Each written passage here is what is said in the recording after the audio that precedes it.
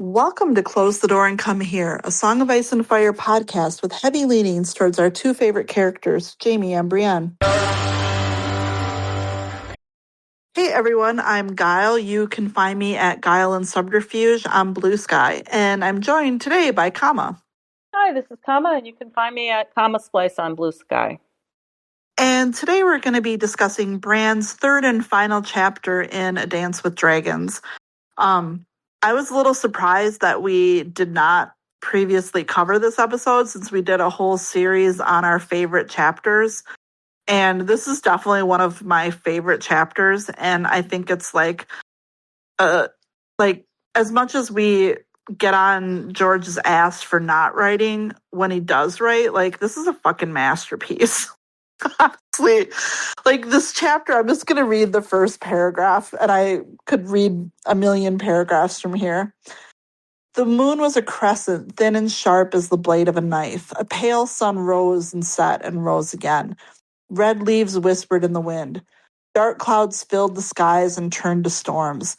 Lightning flashed and thunder rumbled, and dead men with black hands and bright blue eyes shuffled round a cleft in the hillside but could not enter. Under the hill, a broken boy sat upon a weirwood throne, listening to whispers in the dark as ravens walked up and down his arms. God. I thought of you when I was reading this. I actually thought we covered this too, because I remember you talking a lot about this. So yeah, and I looked. So if we have, not only did I forget it, but I couldn't find it. But yeah, we kind of flash back to the three-eyed crow promising Bran, you'll never walk again, but you will fly. And we find that the ravens can, the children of the forest would speak the song of the earth, but the ravens can actually speak it too. And there's this device throughout the chapter, like I get the sense this chapter is over the course of many months because we see again, the moon was fat and full, stars wheeled across the black sky, rain fell and froze. So we're getting this, and this is like 3 paragraphs in, so like another month has passed basically. And, Bran and Meera, they're naming the children of the forest. So like Leaf is kind of the one that she could speak the common tongue. So Leaf is the one that we get some stories from.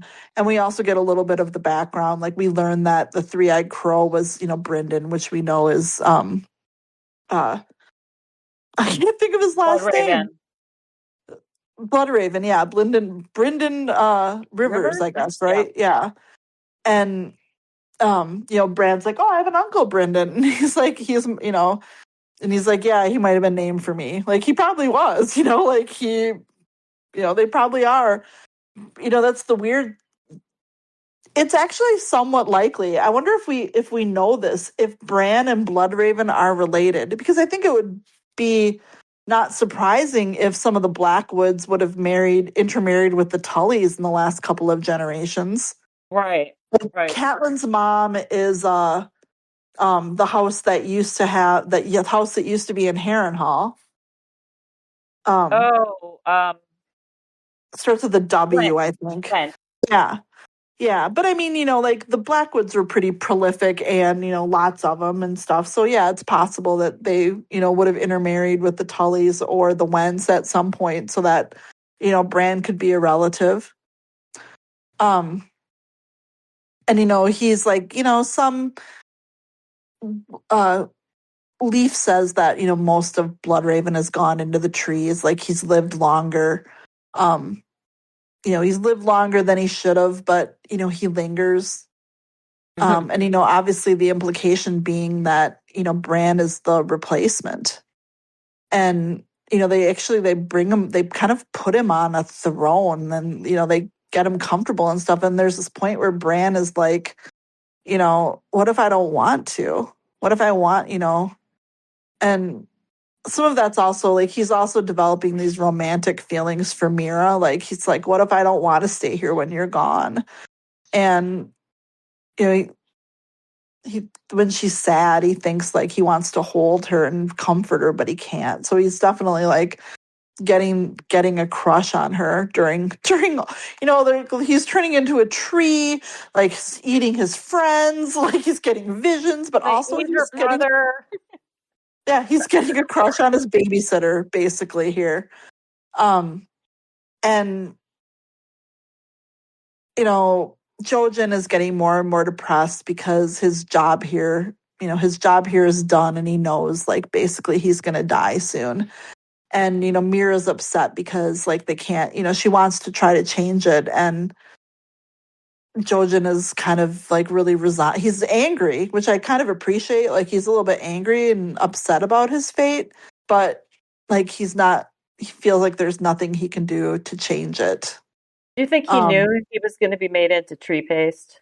I don't. Well, I just read something like someone was coming up with some theory like they're going to kill Jojen, and I was like, I swear to God, I think Jojen like.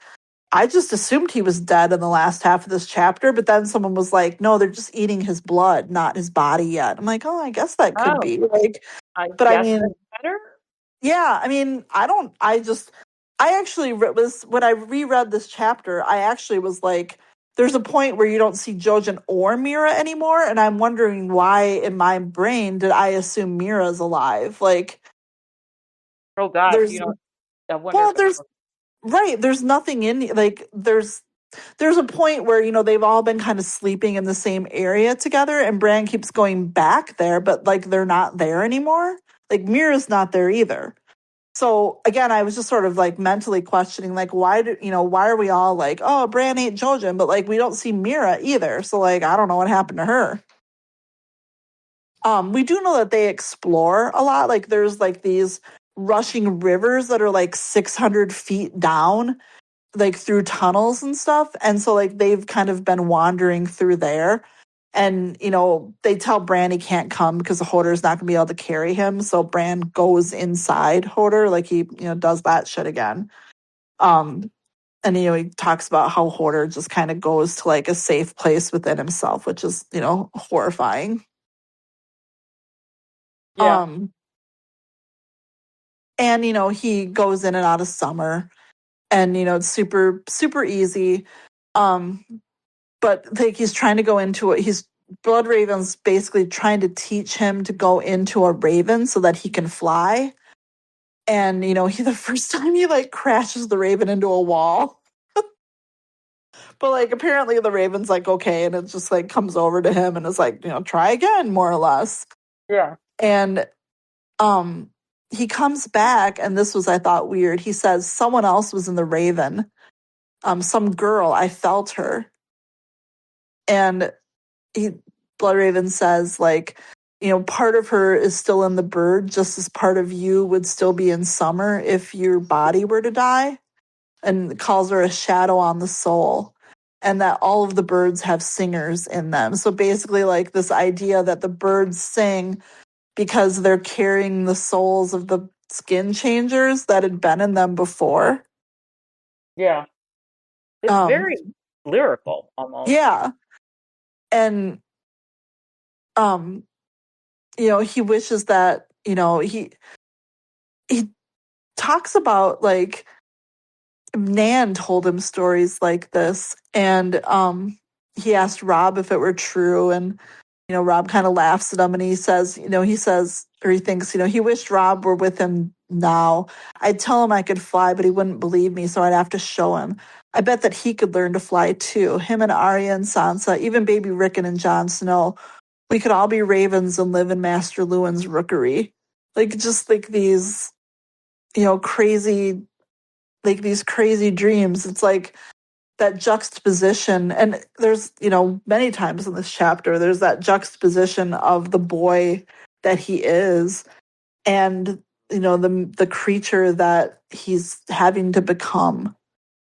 Yeah, So it adds this sadness to this, and just he says, Bloodraven says, only one man in 1,000 is born a skin changer, and only one skin changer in 1,000 can be a green seer. And just to, given this idea that like, Bran, you have 1,000 eyes, 100 skin. So wisdom is deep as the roots of ancient trees. And Bran doesn't really get what he's talking about. And Jojen, asks, do you like to read books? And, Bran said he liked to read the fighting stories, but Sansa likes the kissing stories. And, Jojen has this quote that is like one of the most famous lines, I think, in the entire series. And it says, a reader lives 1,000 lives before he Right. dies. The man who never reads lives only one. And, this idea that,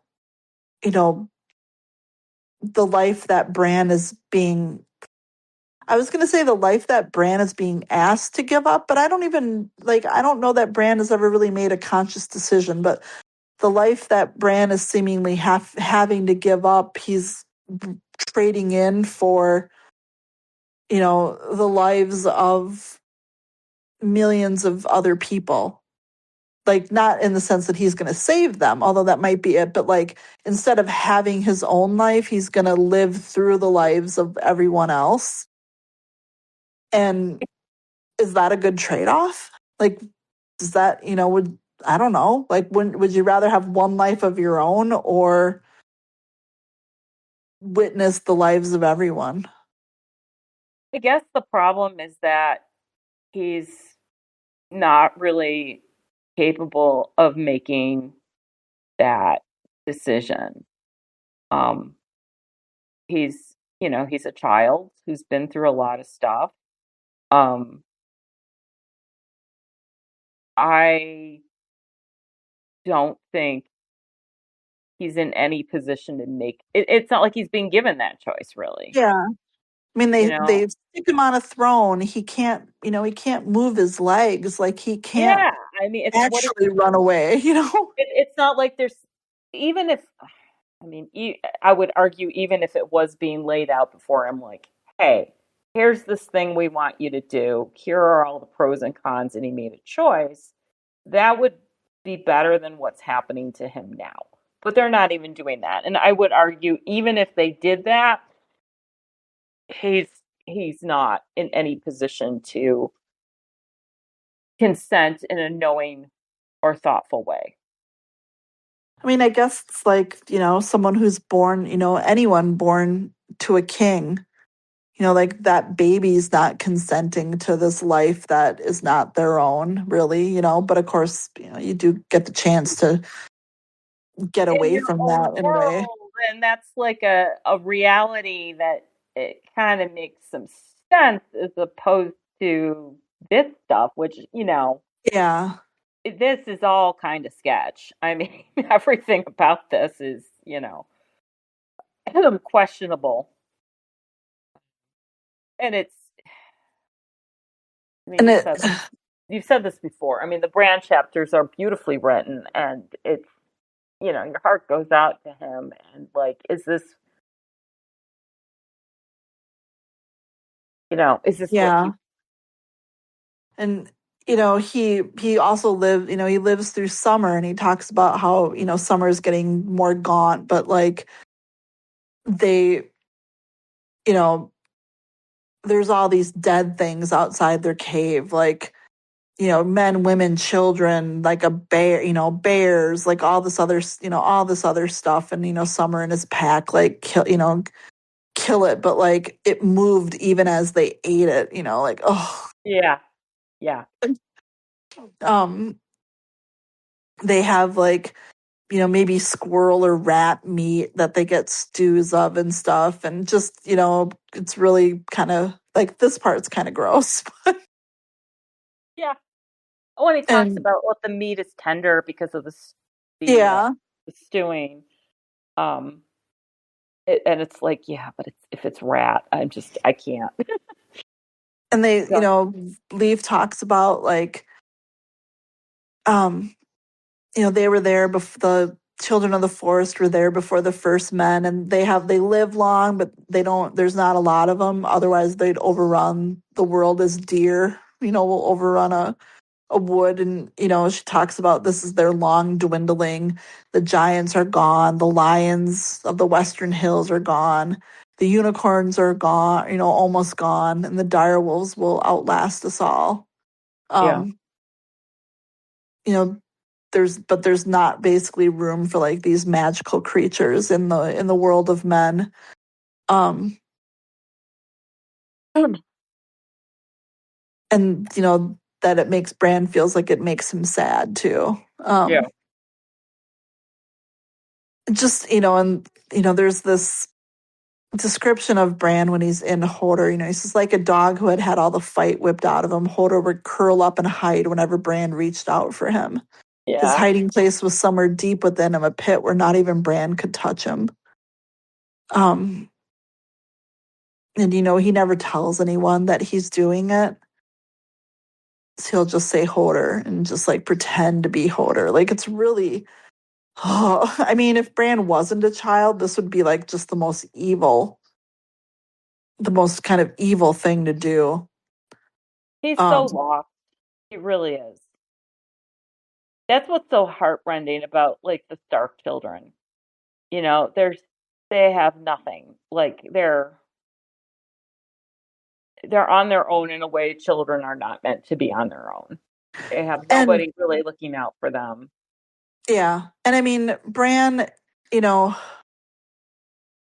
like Bran has a sense of morality. Like he knows it's wrong what he's doing to Hodor, and like the first time he did it, I think, it was out of desperation because remember Hodor was like Yeah.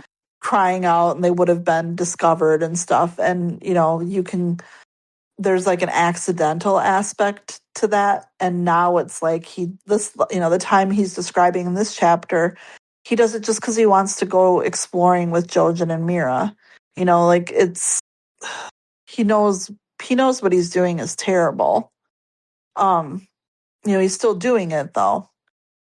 Oh, yeah. I mean, because he's a little kid and little kids do stuff like that. And he's had a really bad deck of cards or a bad hand of cards dealt to him. And this is, yeah, there's so much that's heartbreaking in his chapters. Yeah, yeah, it's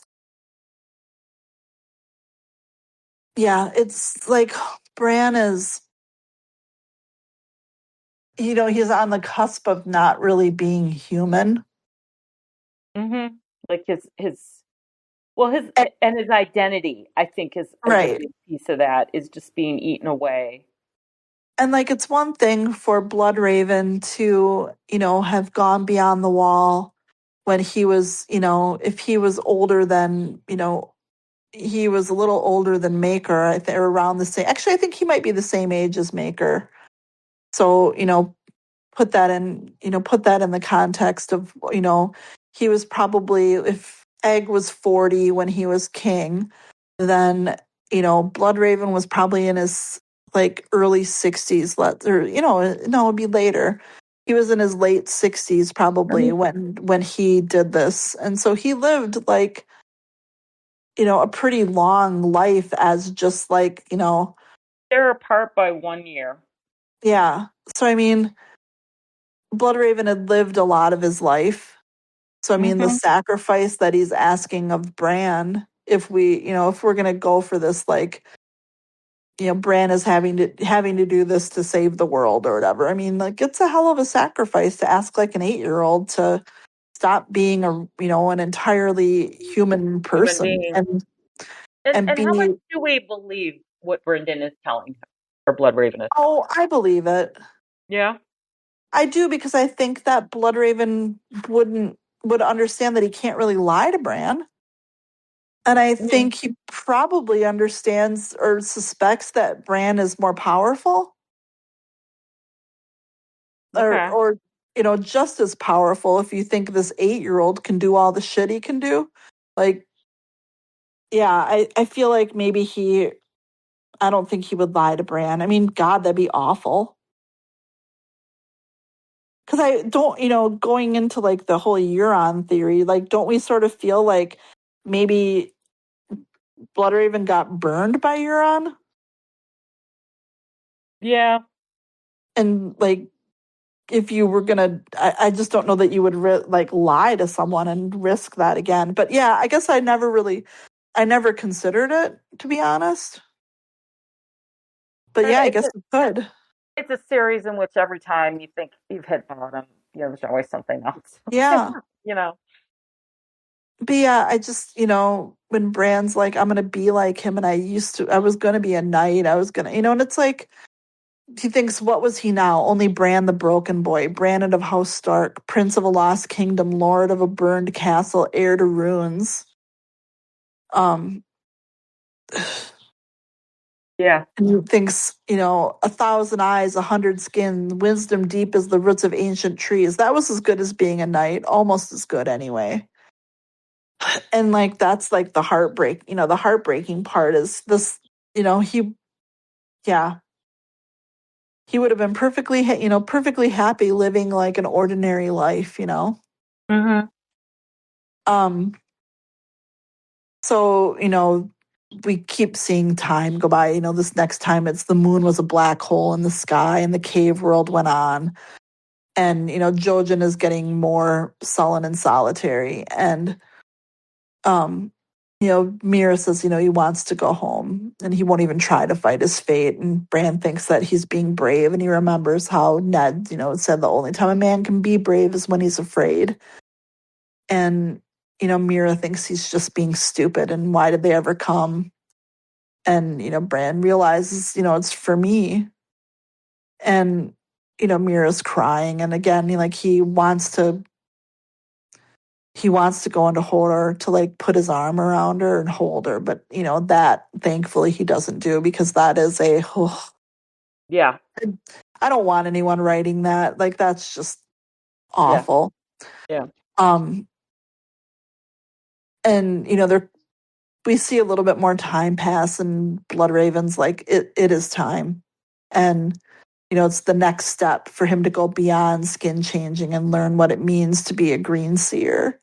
And so they make him this paste, and it's a weirwood paste. And his reactions to eating it, which is that like at first it's disgusting, but then like it's great, and it's very similar to like what Dany had to eat in the House of the Undying. Like, Dying. so I kind of feel like it's probably the same thing. Yeah. And they're basically saying, okay, now this time what you want to do is, instead of like slipping into summer, you go into the roots. And you basically have access to the whole Weirwood network. Become the tree. And he does this, and the first thing he sees is his father at the Heart Tree in Winterfell cleaning ice. And Bran whispers Winterfell, and Ned looks up. Who's there? And when they ask Bran what he saw, he's like, Winterfell, and my dad's not dead, he's still alive. And like, no, they're trying, basically they're like, um, no, you're not seeing that. You're seeing the past. And you have to, basically you have access to everything. And Bran's kind of like, no, he heard me, this wasn't just like the past, essentially. And Bloodraven's like, no, it was a whisper on the wind. You can't speak to him, try as you might. And he obviously, Bloodraven has tried. He has this great line. It's like, I have my own ghost, Bran, a brother that I loved, a brother that I hated, a woman I desired. And through the trees I still see them, but no word of mine has ever reached them. The past remains the past. We can learn from it, but we cannot change it. Um, so a couple of things on this one. I've read some debate about who the brother that he loved and the brother that he hated are. And I'm like, people are dumb. They were like, oh, because, well, it's just like, no, the brother that he loves is Daemon Blackfire. Like, the brother that he hated was Bittersteel. Like, it's not Darren the good that he loved. Like, yes, he liked him, but like the tragedy is that he loved Daemon, but for the good of the realm, he had to side against him. Like, that's why it's a ghost. If it's not, oh, I had a brother that I loved and I loyally fought on his side in our conflict, that's not someone that's a ghost to you. Like, that's like not something that you're going to be thinking about. Yeah. You're going to be thinking Sometimes a about the brother cigar, that you loved, that you had to, that you had to side against. I think sometimes a cigar is just a cigar. I think sometimes it's Right. very straightforward. And And it's we, just like, yeah, do you not understand what a ghost is? Like, yeah, you know? Um, but the other thing is, do you think that Bran is going to be able to talk to people in the past because he's more powerful than Bloodraven? Because I kind of do. that would be wild. I But I mean, that, mean, even if he could, though, what could that accomplish? Like, could I he? don't know. Like that gets us into sci-fi with the telling Ned don't go, don't leave or Right. Winterfell. But But like, that's like a Star Trek episode there. but it does, damn, I mean, like, obviously they hear him, Yeah. yeah. So I Well, don't know. what do they hear? Do they hear like a like if you've ever been in a situation where you feel like somebody walking over your grave, so to speak, Yeah. that kind of thing, or is he like does Ned actually hear him say Winterfell or? But I And mean that's a fic I'd read. so after this is where, Bran wants to talk to Jojen and Meera about it, but they're not there. So, so we have like the events of Jojo getting extremely sullen, more sullen and upset, but knowing, and we know that he knows when he's going to die. And then Bran eating the paste, and then Jojen and Meera Yeah. not being where in their little alcove at bedtime. So we did have our two mail questions to relate to the pace. Okay. So, okay, I'm going to do the funny one first, which is Buck O'Hare asking, which Song of Ice and Fire character would you most like to eat in a pace? I have no opinion on that one. So, I mean, maybe someone from Essos or Dorne because they'd be spicier. I don't know. sure. And then I Dream of Spring on the Discord asks, I am a Jojen paste truther. I will die on this hill. I thought he was eating Jojen from the first time I read the book before interacting with the fandom. I was surprised when I realized others thought differently. Jojen clearly knew he was going to die, and it makes total sense to me. Blood magic is required to awaken Bran's Greenseer sight. So, do you think the pace did Jojen? So, up until you posited this, Guile, I thought it was Jojen, and now I'm wondering if it was Meera or a combination of the two. Well, and like, Maybe why just do their we? blood. Well, and it's like I'm sort of questioning why do we all assume that Mira's alive? Because I think collectively everyone thinks Mira's alive, I mean, and maybe that's what Jojen's been so morose about is that he thinks his sister, or he knows his sister's going to and die. he wasn't going to tell her too. But like, where is Mira then? Unless like they like took her away, why? Because she was like Not going to be protecting down Jojen with, or something. or wasn't down with Bran being turned into a tree, or I don't know. Or Yeah, maybe he just said, you know what, we're done. Grab your shit, Jojen. We're getting out of here. I don't know. yeah. Like, and obviously, like the cave is surrounded by others and stuff. Like they're not going to make it. Like, and Yeah. actually, like also, I sort of feel like we're idiots forever trying to posit a scenario where Mira gets out of that cave. Because how would she? Yeah. Like in an epilogue when everything is over and she survived? Because otherwise, like, there's no way she's getting out of that cave. Yeah. It's not looking good for any of the Reed children. No, no. And I just feel kind of dumb that I've never like really kind of thought about like I think Mira's a goner. Well, Like either she's already dead or, soon. well, this is why you do when we do these close reads of these chapters. This is when you pick up on these things because I got to be honest. When I read this book, I was not happy about what I was reading, and Yeah. I was not. Some of these chapters I was not reading too closely. Um so the chapter ends with Bran going back into the Weirwoods and we get a series of visions. Um so the first one we have like a young Ned or a younger Ned, and he's like, please, let him grow up to be brothers with only love between them, and let my wife find it in her heart to forgive me. And Bran whispers again to him, and Ned has a reaction, but like obviously he's talking about um, John and Rob and stuff. And then he sees two children um, dueling with broken branches, and the girl is older and taller, and he thinks it's Arya, but we know it's obviously Lyanna and Yeah. Benjen. And then she's he sees like a bunch of visions. One of them, I wish we knew who this was because I'm kind of down for this, but like a woman heavy with child emerged naked and dripping from the black pool, knelt before the tree and begged the old gods for a son who would avenge her. Yeah, like I'd like to hear more. And then we have the brown-haired girl, slender as a spear, who stood on the tips of her toes to kiss the lips of a young knight as tall as Hodor, which, I know that there's the popular interpretation that this is Dunk. I just don't want this to be Dunk. I don't want Dunk like whoring around everywhere. Like, I feel bad about that. you know?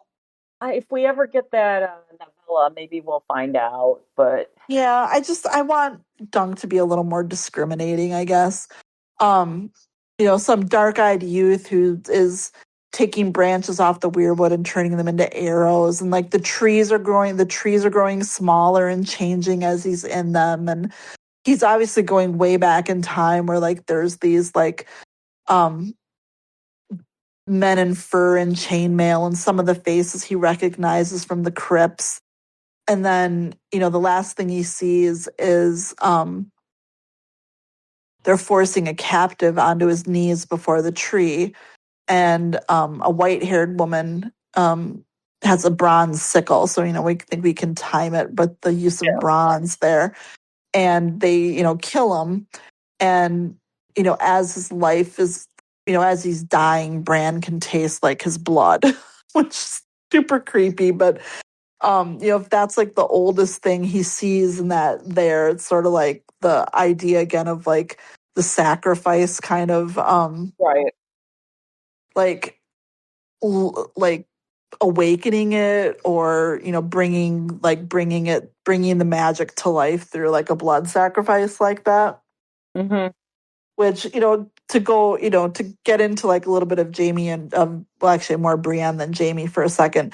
I mean, there is that theory too that she doesn't she inadvertently give a blood sacrifice to the Weirwoods when she's killing one of like Dick Crabbe's murderers at one Oh, point.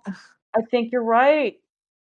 And just this idea that Bloodraven has certainly had opportunity to observe her, and obviously we think like sent visions or fucked around with Jaime to like make sure that she lives. um it's just this interesting thing of like, okay, we think that she has a place in future events that's needed, but also how hilarious for Bloodraven to be having to do this with like Dunk's descendant. Oh God, this fucking guy again.